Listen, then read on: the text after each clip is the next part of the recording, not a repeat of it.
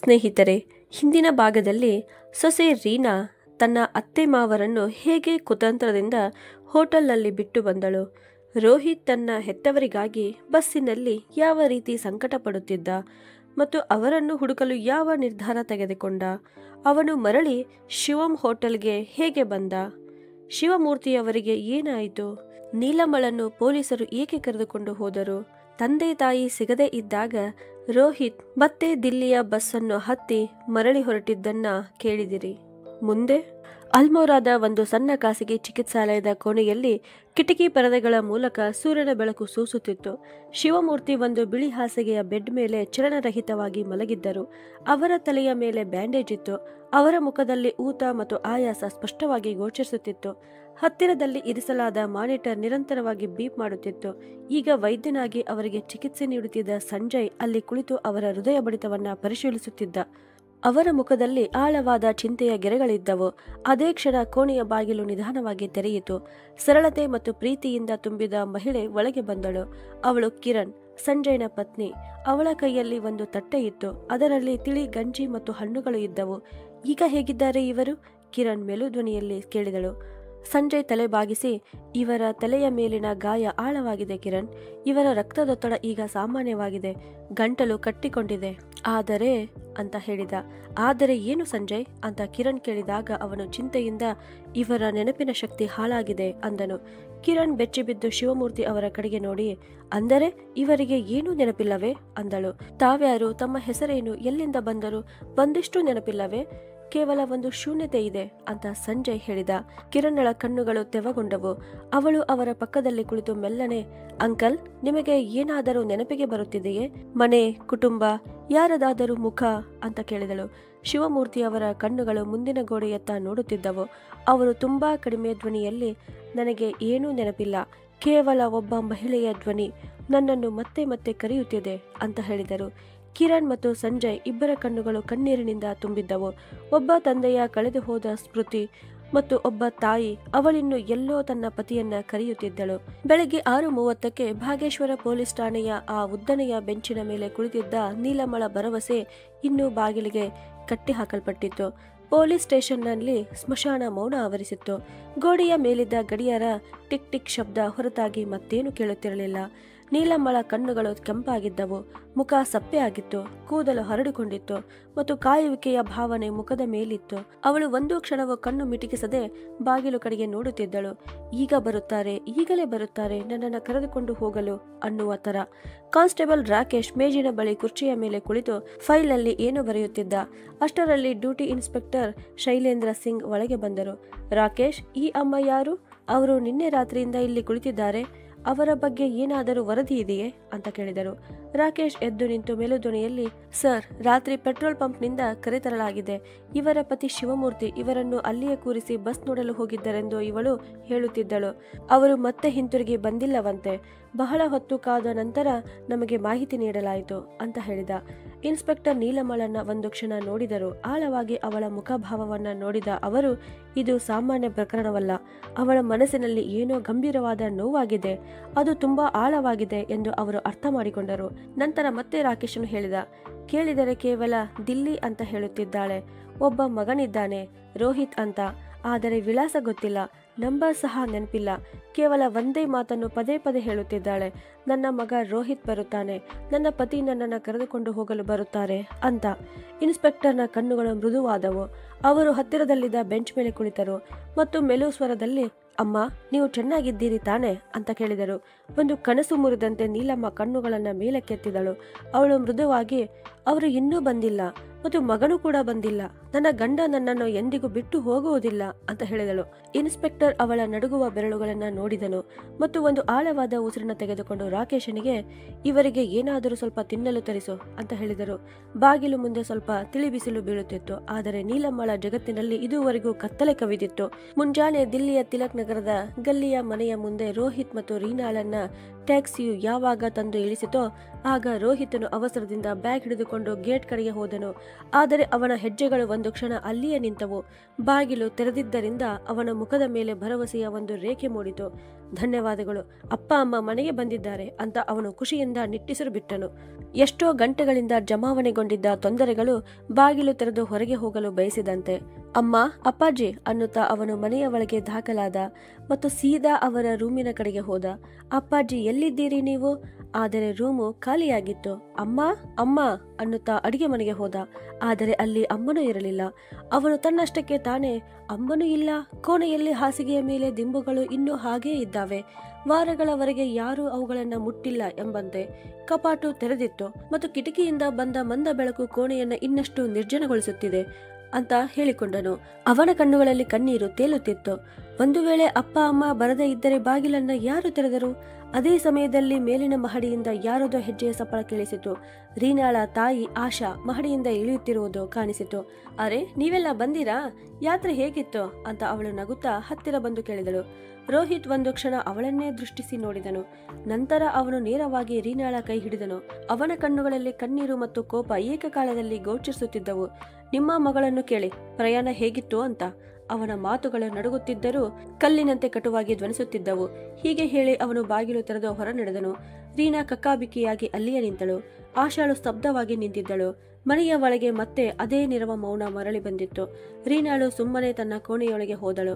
ಹಾಗೆ ಒಳಗೆ ಹೋದವಳು ತನ್ನ ತಾಯಿಯನ್ನ ಸನ್ನೆ ಮಾಡಿ ಒಳ ಕರೆದಳು. ಬಾಗಿಲು ಮುಚ್ಚಿದ ತಕ್ಷಣ ಇಬ್ಬರ ದೃಷ್ಟಿಗಳು ಪರಸ್ಪರ ಕೂಡಿಕೊಂಡವು. ಆಗ ಆಶಾ ಪಿಸುಗುಟ್ಟಿದಳು. ಹಾಗಿದ್ದರೆ ಹೇಳು, ಎಲ್ಲವೂ ಚೆನ್ನಾಗಿ ನಡೆಯಿತಲ್ಲವೇ ಅಂತ. ರೀನಾ ತನ್ನ ತುಟಿಗಳ ಮೇಲೆ ಒಂದು ವಕ್ರ ನಗುವ ಹರಡುತ್ತಾ, ಹೌದಮ್ಮ, ಎಲ್ಲವೂ ನಾವು ಅಂದುಕೊಂಡಂತೆಯೇ ಆಯಿತು ಅಂದಳು. ಆದರೆ ಮುಂದಿನ ಕ್ಷಣದಲ್ಲಿ ಆಶಾಳ ಕಣ್ಣುಗಳಲ್ಲಿ ವಿಚಿತ್ರವಾದ ಕಠೋರತೆ ಕಾಣಿಸಿಕೊಂಡಿತ್ತು. ಅವಳು ನಿಧಾನವಾಗಿ ರೀನಾಳ ಹತ್ತಿರ ಬಂದು, ಮಗಳೇ, ನೀನೇನು ಸರಿ ಮಾಡಿಲ್ಲ ಅಂತ ಹೇಳಿದಳು. ರೀನಾ, ಏನಮ್ಮ ಅಂತ ಗೊಂದಲದಲ್ಲಿ ಕೇಳಿದಳು. ಆಶಾಳ ಮುಖ ಕಠೋರವಾಗಿತ್ತು ಮತ್ತು ಧ್ವನಿಯು ಮೆಲ್ಲನೆ ಆಗಿದ್ದರೂ ದೃಢವಾಗಿ. ಅವರು ನಿನ್ನ ಅತ್ತೆ ಮಾವ ಆಗಿದ್ದರು, ನಿನ್ನ ಪತಿಯ ತಂದೆ ತಾಯಿ. ಅವರು ನಿನ್ನೊಂದಿಗೆ ಏನು ಕೆಟ್ಟದಾಗಿ ನಡೆದುಕೊಳ್ಳಲಿಲ್ಲ, ಬರೀ ಪ್ರೀತಿ ಹಂಚಿದ್ದರು. ಆದರೆ ನೀನು ಅವರನ್ನ ಗೊತ್ತು ಗುರಿಯಿಲ್ಲದ ಅಜ್ಞಾತ ಸ್ಥಳದಲ್ಲಿ ಬಿಟ್ಟು ಬಂದೆ. ಬಹಳ ಕೆಟ್ಟತನ ಮಾಡಿದೆ ರೀನಾ, ನೀನು ಬಹಳ ಕೆಟ್ಟತನ ಮಾಡಿದೆ ಅಂದಳು. ಮತ್ತು ನಂತರ ಅವಳು ಜೋರಾಗಿ ಚಪ್ಪಾಳೆ ಹೊಡೆಯುತ್ತಾ ಜೋರಾಗಿ ನಕ್ಕಳು. ರೀನಾ ಕಿರಿಕಿರಿಯಿಂದ, ಅಮ್ಮ, ನೀನು ಅದ್ಭುತ, ನೀನು ಹೇಗೆ ಹೇಳುತ್ತಿದ್ದೀಯಾ ಮತ್ತು ನಿನಗೆ ಏನಾಯಿತು ಎಂದು ಯೋಚಿಸುತ್ತಾ ನಾನು ಒಂದು ಕ್ಷಣ ಭಯಗೊಂಡೆ ಅಂದಳು. ಆಗ ಆಶಾ ನಗುತ್ತಾ, ನೀನು ಭಯಪಡೋದು ಇರಲಿ, ಆದರೆ ನೀನು ಮರೆತು ಬಿಟ್ಟಿದ್ದೀಯಾ ಈ ಐಡಿಯಾ ನನ್ನದೆಂದು ಅಂತ ಹೇಳಿದಳು. ರೀನಾ ನೆಮ್ಮದಿಯ ನಿಟ್ಟಿಸಿರು ಬಿಡುತ್ತಾ, ಈಗ ಕನಿಷ್ಠ ಪಕ್ಷ ನಾನು ಆ ವೃದ್ಧರಿಗೆ ಪ್ರತಿದಿನ ಅಡಿಗೆ ಮಾಡಬೇಕಾಗಿಲ್ಲ ಮತ್ತು ಅವರ ಸಲುವಾಗಿ ರೋಹಿತ್ನಿಂದ ನಾನು ಪ್ರತಿದಿನ ಬಯಸಿಕೊಳ್ಳೋದು ತಪ್ಪಿತು ಅಂತ ನಗುತ್ತಾ ಹೇಳಿದಳು. ಮತ್ತೆ ಮುಂದುವರೆದು, ಮತ್ತೆ ಇನ್ನು ಮುಂದೆ ನಾನು ನನ್ನ ಸ್ನೇಹಿತರನ್ನ ನಿರಾಳವಾಗಿ ಮನೆಗೆ ಕರೆಸಿಕೊಳ್ಳಬಹುದು. ಈಗ ಈ ಮನೆ ನನ್ನದು ಮತ್ತು ಈಗ ನಿಜವಾದ ಅರ್ಥದಲ್ಲಿ ನಾನು ಈ ಮನೆಯ ಏಕೈಕ ಮಾಲೀಗಳು ಅಂತ ತುಂಬಾ ಖುಷಿಯಿಂದ ಹೇಳಿದಳು. ಆಗ ತಾಯಿ ಮತ್ತು ಮಗಳು ಇಬ್ಬರು ಪರಸ್ಪರ ಕಣ್ಣುಗಳನ್ನ ನೋಡುತ್ತಾ ಮುಗುಳ್ನಕ್ಕರು. ಒಂದು ದೊಡ್ಡ ಯುದ್ಧವನ್ನ ಗೆದ್ದಂತೆ. ಒಂದು ದಿನ ಕಳೆದಿತು. ನೀಲಮ್ಮ ಇನ್ನು ಅದೇ ಭರವಸೆಯೊಂದಿಗೆ ಭಾಗೇಶ್ವರ ಪೊಲೀಸ್ ಠಾಣೆಯಲ್ಲಿ ಕುಳಿತಿದ್ದಳು. ಬಹುಶಃ ಅವನು ಈಗ ಬರುತ್ತಾನೆ, ಅವನು ಖಂಡಿತವಾಗಿಯೂ ಈಗ ಬರುತ್ತಾನೆ, ನನ್ನ ಪತಿ, ನನ್ನ ರೋಹಿತ್ ಅನ್ನುವ ಭರವಸೆ. ಆದರೆ ಕಳೆದು ಹೋಗುತ್ತಿದ್ದ ಸಮಯವು ಅವಳ ಕಾಯುವಿಕೆಯನ್ನು ಮತ್ತಷ್ಟು ಆಳವಾಗಿಸುತ್ತಿತ್ತು. ಇನ್ಸ್ಪೆಕ್ಟರ್ ಸಾಹೇಬರು ನೋಡಿದಾಗ ಇದುವರೆಗೂ ಯಾವುದೇ ಸುಳಿವು ಸಿಕ್ಕಿರಲಿಲ್ಲ ಮತ್ತು ನೀಲಮ್ಮಳಿಗೆ ತನ್ನ ವಿಳಾಸ ಸರಿಯಾಗಿ ಹೇಳಲು ಸಾಧ್ಯವಾಗುತ್ತಿರಲಿಲ್ಲ ಮತ್ತು ಯಾರದೇ ಪರಿಚಯಸ್ಥರ ಹೆಸರನ್ನು ಕೂಡ. ಹಾಗಾಗಿ ಇನ್ಸ್ಪೆಕ್ಟರರು ಆಲ್ಮೋರಾದ ಸ್ನೇಹ ಸಂಧ್ಯಾ ವೃದ್ಧಾಶ್ರಮದೊಂದಿಗೆ ಮಾತನಾಡಿದರು. ನೋಡಿ ಸಿಸ್ಟರ್, ಈ ಅಮ್ಮ ಕಳೆದ ಒಂದು ದಿನದಿಂದ ಇಲ್ಲಿದ್ದಾರೆ. ಅವರ ಹೆಸರು ನೀಲಮ್ಮ ಮತ್ತು ಅವರ ದೆಹಲಿಯಲ್ಲಿ ರೋಹಿತ್ ಎಂಬ ಮಗನಿದ್ದಾನೆ ಎಂದು ಮಾತ್ರ ಹೇಳುತ್ತಿದ್ದಾರೆ. ನಾವು ಪೂರ್ತಿಯಾಗಿ ಅವರ ವಿಳಾಸವನ್ನು ಹುಡುಕಲು ಪ್ರಯತ್ನಿಸುತ್ತಿದ್ದೇವೆ. ಈಗ ರಾತ್ರಿ ವೇಳೆಯಲ್ಲಿ ಅವರನ್ನ ಇಲ್ಲಿ ಇರಿಸಿಕೊಳ್ಳುವುದು ತೊಂದರೆ ಆಗುತ್ತದೆ. ನೀವು ಇವರನ್ನ ನಿಮ್ಮಲ್ಲಿ ಇರಿಸಿಕೊಳ್ಳಿ. ನಾವು ತನಿಖೆಯನ್ನ ಮುಂದುವರಿಸುತ್ತೇವೆ. ಏನಾದರೂ ಸುಳಿವು ಸಿಕ್ಕರೆ ನಿಮಗೆ ಸೂಚನೆ ಕಳಿಸುತ್ತೇವೆ ಅಂತ ಹೇಳಿದರು. ವೃದ್ಧಾಶ್ರಮದ ಸಂಚಾಲಕರು ಸಹಮತಿಯಿಂದ ತಲೆ ಹಾಕಿದರು. ಗುಲಾಬಿ ಬಣ್ಣದ ಸೀರೆಯನ್ನ ಉಟ್ಟು ಕಣ್ಣುಗಳಲ್ಲಿ ಲೆಕ್ಕವಿಲ್ಲದಷ್ಟು ಪ್ರಶ್ನೆಗಳೊಂದಿಗೆ ನೀಲಮ್ಮ ನಿಧಾನವಾಗಿ ಅಲ್ಮೋರಾದ ಸ್ನೇಹ ಸಂಧ್ಯಾ ವೃದ್ಧಾಶ್ರಮವನ್ನ ಪ್ರವೇಶಿಸಿದಳು. ಅವಳ ಬಾಗಿದ ಬೆನ್ನು, ನಡುಗುವ ಕಾಲುಗಳು ಮತ್ತು ಭಯಭೀತ ಕಣ್ಣುಗಳು ನನಗೆ ನನ್ನ ಮನೆ ಬೇಕು, ನನ್ನ ಮಗ, ನನ್ನ ಪತಿ ಬೇಕು ಅಂತ ಹೇಳುತ್ತಿರುವಂತೆ. ಮುಂದೆ ಕುಳಿತಿದ್ದ 2-3 ವೃದ್ಧರು ಮಹಿಳೆಯರು ಯಾರೋ ಅವಳಿಗೆ ಆಸರೆ ಆದರು. ಯಾರೋ ನಗುತ್ತಾ ಅವಳ ಯೋಗಕ್ಷೇಮದ ಬಗ್ಗೆ ಕೇಳಿದರು. ಆದರೆ ನೀಲಮ್ಮ ಸುತ್ತಲೂ ನೋಡುತ್ತಲೇ ಇದ್ದಳು. ನನ್ನ ರೋಹಿತ್ ಇಲ್ಲಿಗೆ ಬರುತ್ತಾನಲ್ಲ, ಅವರು ನನ್ನನ್ನ ಕರೆದುಕೊಂಡು ಹೋಗಲು ಬರುತ್ತಾರಲ್ಲ, ಅವನು ನನಗೆ ತುಂಬಾ ಒಳ್ಳೆಯ ಮಗನಿದ್ದಾನೆ. ಅವಳ ಮುಗ್ಧ ಭರವಸೆ ಈಗ ಹೇಳಲಾಗದ ನೋವಾಗಿ ಮಾರ್ಪಟ್ಟು ರುದ್ರಾಶ್ರಮದ ಗೋಡೆಗಳಿಗೆ ಅಪ್ಪಳಿಸುತ್ತಿತ್ತು. ಅವಳಿಗೆ ದೊಡ್ಡ ಆಘಾತವಾದಂತೆ ತೋರುತ್ತಿತ್ತು. ನೀಲಮ್ಮ ವರಾಂಡದಲ್ಲಿರುವ ಬೆಂಚಿನ ಮೇಲೆ ಸುಮ್ಮನೆ ಕುಳಿತು ಎದುರಿನ ಮರವನ್ನ ನೋಡುತ್ತಿದ್ದಳು. ಸೂರ್ಯನ ಬೆಳಕು ಅವಳ ಮುಖದ ಮೇಲೆ ಬೀಳುತ್ತಿತ್ತು.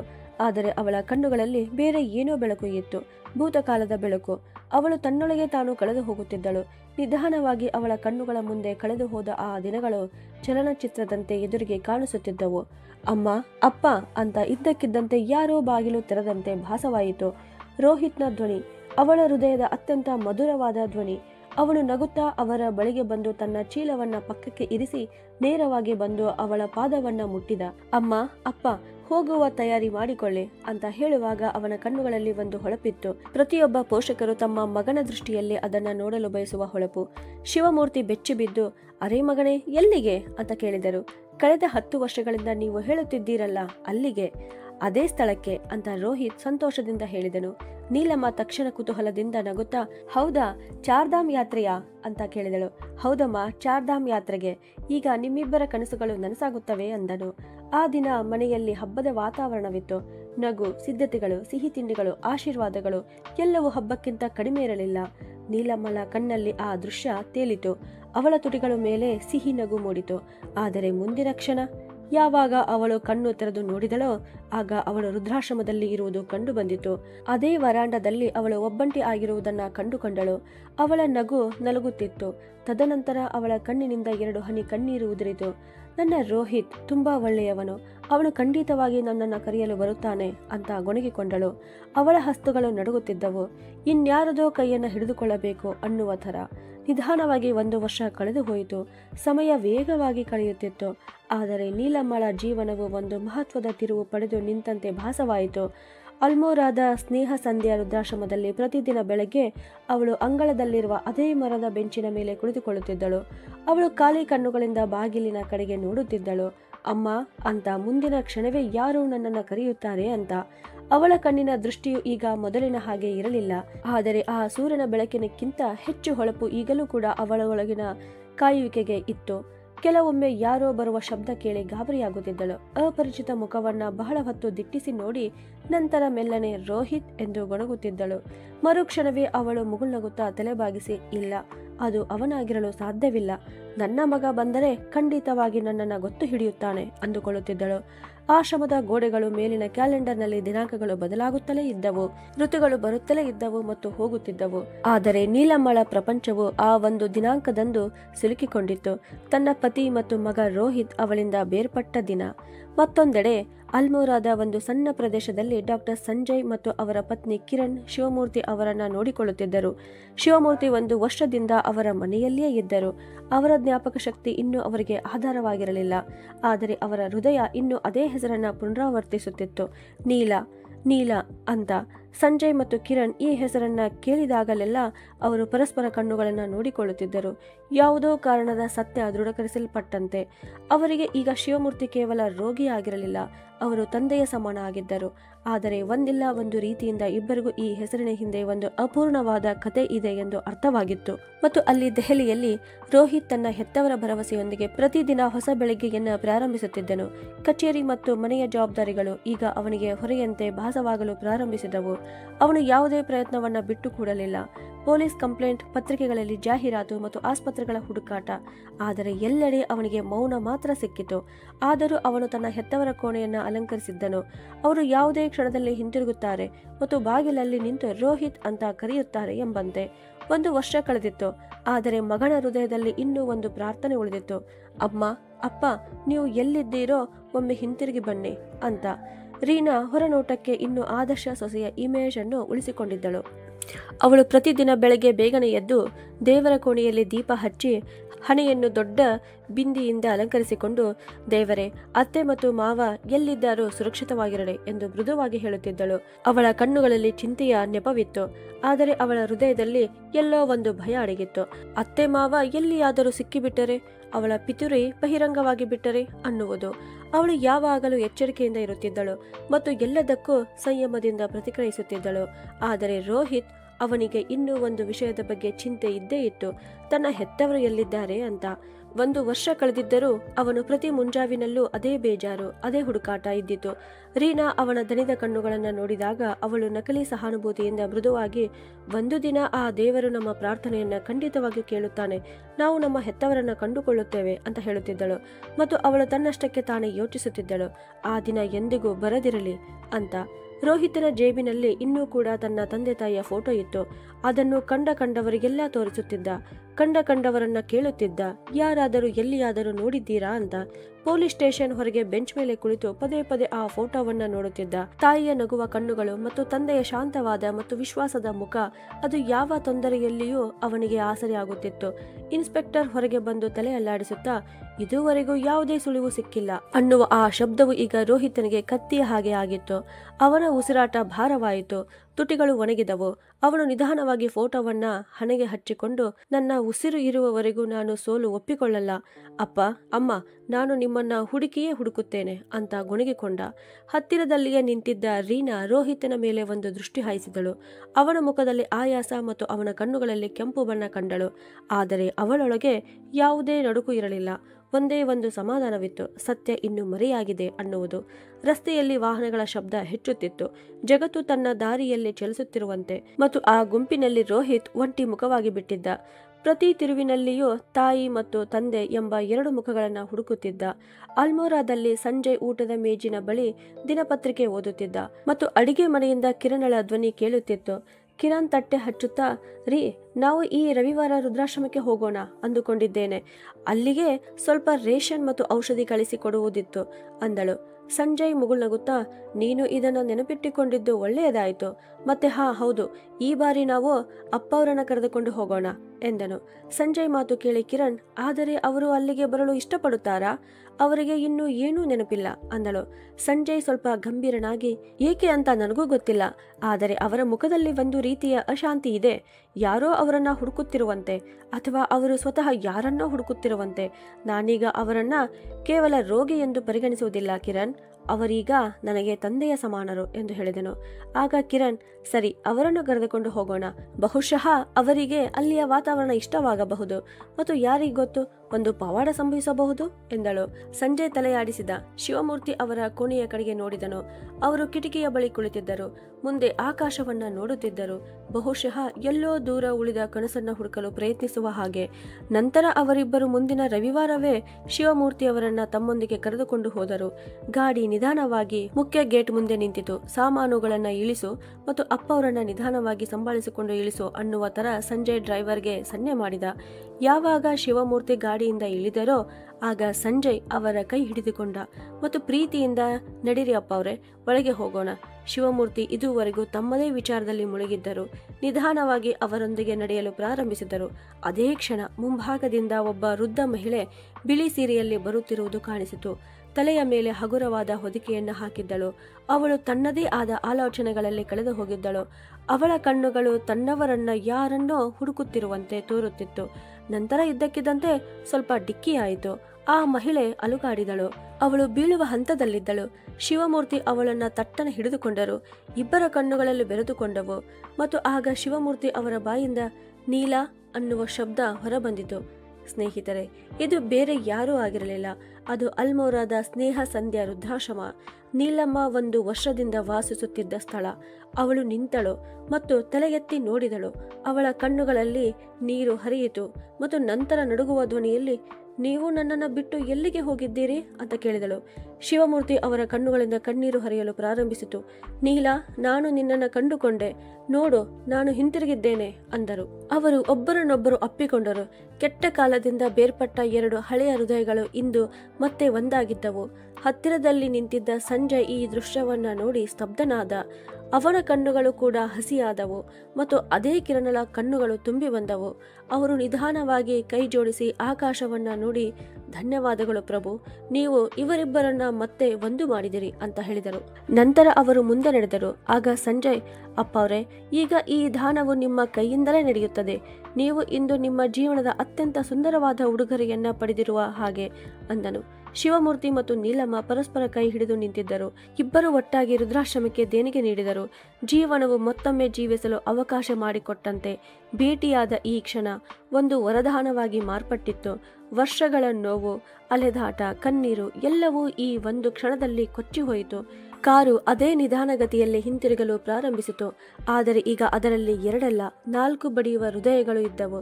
ಸಂಜಯ್, ಕಿರಣ್, ಶಿವಮೂರ್ತಿ ಮತ್ತು ನೀಲಮ್ಮ ಅವರದು. ಈ ಬಾರಿ ಮಾರ್ಗ ಒಂದೇ ಆಗಿತ್ತು, ಆದರೆ ಭಾವನೆ ಸಂಪೂರ್ಣವಾಗಿ ಭಿನ್ನವಾಗಿತ್ತು.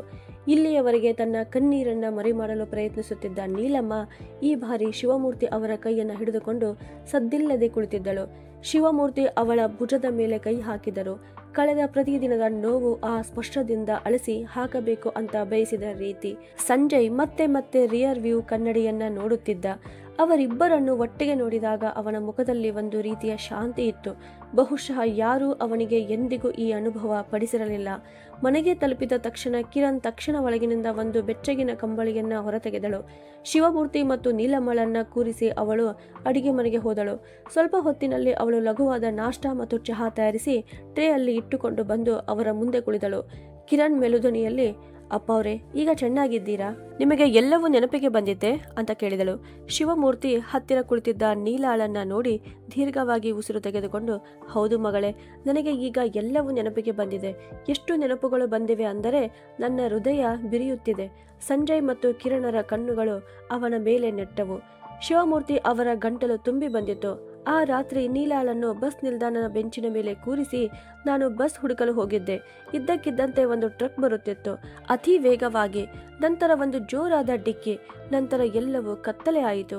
ಕೋಣೆಯಲ್ಲಿ ಒಂದು ಕ್ಷಣ ಮೌನ ಆವರಿಸಿತು ಮತ್ತು ನನಗೆ ಪ್ರಜ್ಞೆ ಬಂದಾಗ ನನ್ನ ತಲೆಯ ಮೇಲೆ ಬ್ಯಾಂಡೇಜ್ ಇತ್ತು. ನಾನು ನನ್ನ ನೆನಪನ್ನ ಕಳೆದುಕೊಂಡಿದ್ದೆ. ನನ್ನ ಮನಸ್ಸಿನಲ್ಲಿ ಒಂದೇ ಒಂದು ಹೆಸರು ಪ್ರತಿಧ್ವನಿಸುತ್ತಿತ್ತು, ನೀಲಾ ನೀಲಾ ಅಂತ. ಆದರೆ ಅವಳು ಯಾರೆಂದು ನನಗೆ ಅರ್ಥವಾಗಲಿಲ್ಲ. ನನ್ನ ಹೃದಯ ಏಕೆ ಮತ್ತೆ ಮತ್ತೆ ಅವಳ ಕಡೆಗೆ ಆಕರ್ಷಿತವಾಗುತ್ತಿತ್ತು ಅಂತ ಗೊತ್ತಿರಲಿಲ್ಲ ಅಂತ ಹೇಳಿದರು. ಮತ್ತು ನೀನು ಸಂಜಯ್, ನೀನೊಬ್ಬ ವೈದ್ಯನಾಗಿ ಅಲ್ಲ, ಮಗನಾಗಿ ನನಗೆ ಬೆಂಬಲ, ಮನ್ನಣೆ, ಗೌರವ ನೀಡಿದೀಯಾ. ಮತ್ತು ಇಂದು ನೀಲಾ ನನ್ನ ಮುಂದೆ ಬಂದಾಗ ಅವಳು ನನಗೆ ಡಿಕ್ಕಿ ಹೊಡೆದು ಬೀಳಲು ಪ್ರಾರಂಭಿಸಿದಾಗ ನನ್ನೊಳಗಿನ ಏನೋ ಮುರಿದು ಮತ್ತೆ ಸೇರಿಕೊಂಡಂತೆ ಭಾಸವಾಯಿತು. ನನ್ನ ಆತ್ಮ ಮತ್ತೆ ಮರಳಿತು ಅಂದರು. ಕಿರಣಳ ಕಣ್ಣುಗಳಿಂದ ಕಣ್ಣೀರು ಸುರಿಯಲು ಪ್ರಾರಂಭಿಸಿತು. ಅವಳು ಅಳುತ್ತಾ, ಅಪ್ಪ ಅವರೇ, ನಿಮ್ಮಿಬ್ಬರನ್ನು ನೋಡುವಾಗ ನಾವು ನಮ್ಮ ಹೆತ್ತವರನ್ನ ಕಂಡುಕೊಂಡಂತೆ ಭಾಸವಾಗುತ್ತಿದೆ ಅಂತ ಹೇಳಿದಳು. ಸಂಜಯ್ ತಲೆ ಬಾಗಿ ಮೃದುವಾಗಿ ಹೇಳಿದ, ನೀವು ಕೊಟ್ಟಿರುವ ಸಂಬಂಧಗಳ ಉದಾಹರಣೆ ನಾನು ನನ್ನ ಜೀವನದಲ್ಲಿ ಎಂದಿಗೂ ಮರೆಯಲು ಸಾಧ್ಯವಿಲ್ಲ ಅಂದನು. ಕೋಣೆಯಲ್ಲಿ ಆ ಸಮಯ ಯಾವುದೇ ಶಬ್ದ ಇರಲಿಲ್ಲ, ಕೇವಲ ಒಂದು ನೆಮ್ಮದಿ ಇತ್ತು. ವರ್ಷಗಳಿಂದ ಅಪೂರ್ಣವಾಗಿದ್ದ ಒಂದು ಚಿತ್ರ ಪೂರ್ಣ ಆದಂತೆ. ಶಿವಮೂರ್ತಿ ಕೆಲವು ಕ್ಷಣಗಳ ಮೌನವಾಗಿದ್ದರು. ನಂತರ ನೀಲಮ್ಮಳನ್ನ ನೋಡಿ, ನೀಲಾ, ನಾವಿನ್ನೂ ಇಲ್ಲಿ ಇರಲು ಸಾಧ್ಯವಿಲ್ಲ, ನಾವು ಹೊರಡಬೇಕು ಅಂದರು. ಸಂಜಯ್ ಮೃದುವಾಗಿ ಕೇಳಿದ, ಅಪ್ಪ ಅವರೇ, ಏನಾಯ್ತು? ನೀವೇಕೆ ಹೀಗೆ ಮಾತನಾಡುತ್ತಿದ್ದೀರಿ ಅಂತ ಕೇಳಿದ. ಶಿವಮೂರ್ತಿ ಅವರ ಧ್ವನಿಯಲ್ಲಿ ಸ್ವಲ್ಪ ನಡುಕು ಇತ್ತು, ಆದರೆ ಅವರ ಮಾತಿನಲ್ಲಿ ದೃಢತೆ ಇತ್ತು. ಮಗನೇ ಸಂಜಯ್, ಈಗ ನಾವು ಹೋಗಬೇಕು. ರೋಹಿತ್ ಅವನು ಹೇಗಿದ್ದಾನೆಂದು ನಮಗೆ ಗೊತ್ತಿಲ್ಲ. ಅವನು ಹಗಲು ರಾತ್ರಿ ನಮ್ಮನ್ನ ಹುಡುಕುತ್ತಿರಬೇಕು ಅಂತ ಹೇಳಿದರು. ನೀಲಮ್ಮಳು ಕೂಡ ನಿಧಾನವಾದ ಧ್ವನಿಯಲ್ಲಿ ತಲೆಯಾಡಿಸುತ್ತಾ, ಹೌದು ಸಂಜಯ್ ಮಗನೇ, ಈಗ ನಾವು ಹಿಂತಿರುಗಬೇಕು ಅಂದಳು.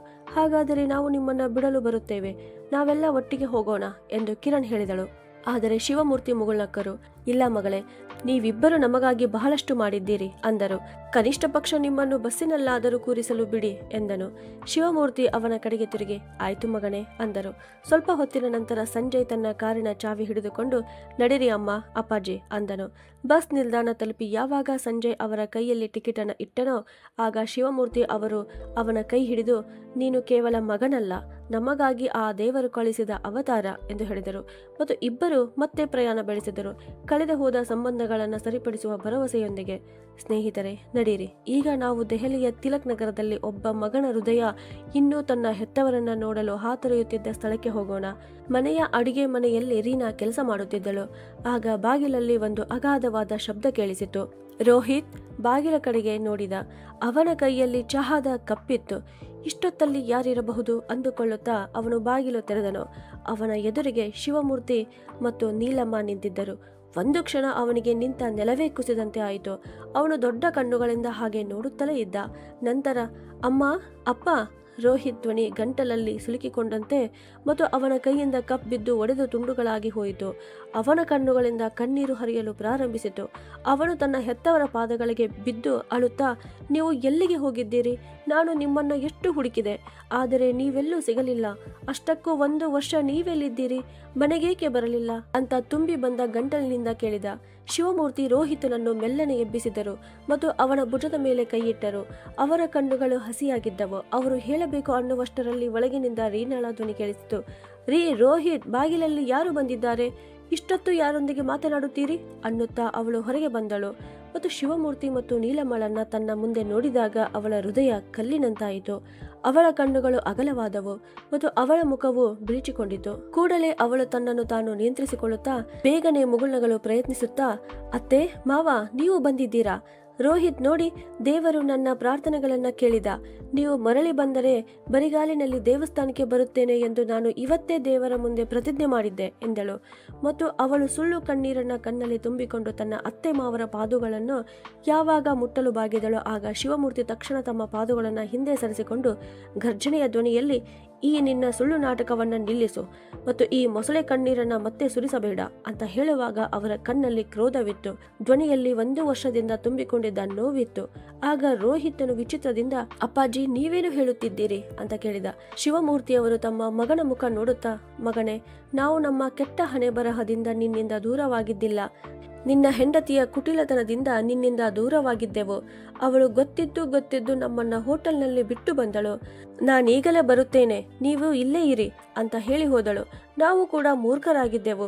ಇವಳ ಮಾತುಗಳ ಮೇಲೆ ವಿಶ್ವಾಸ ಮಾಡುತ್ತಾ ಬಂದೆವು. ನಾವು ಅಲ್ಲಿಯೇ ಕುಳಿತಿದ್ದೆವು. ನಿನ್ನ ಹೆಂಡತಿ ಮರಳಿ ಬರಲಿಲ್ಲ ಅಂತ ಹೇಳಿದರು. ಮನೆಯಲ್ಲಿ ಮೌನ ಆವರಿಸಿತು. ರೀನಾ ತಲೆ ತಗ್ಗಿಸಿ ನಿಂತಿದ್ದಳು. ರೋಹಿತನ ಕಣ್ಣುಗಳು ಇನ್ನೂ ಆಶ್ಚರ್ಯದಿಂದ ತುಂಬಿದ್ದವು. ಆದರೆ ಅವನ ತಂದೆ ಅವನಿಗೆ ಸತ್ಯವನ್ನ ಹೇಳಿದ ನಂತರ ಅವನು ಕೆಂಡ ಮಂಡಲನಾದ. ಅವನ ಮುಖ ಕೆಂಪಾಯಿತು. ಅವನ ಉಸಿರಾಟವು ವೇಗವಾಯಿತು. ಅವನು ತಕ್ಷಣ ತಲೆಬಾಗಿಸಿ ನಿಂತಿದ್ದ ರೀನಾಳನ್ನ ನೋಡಿದ.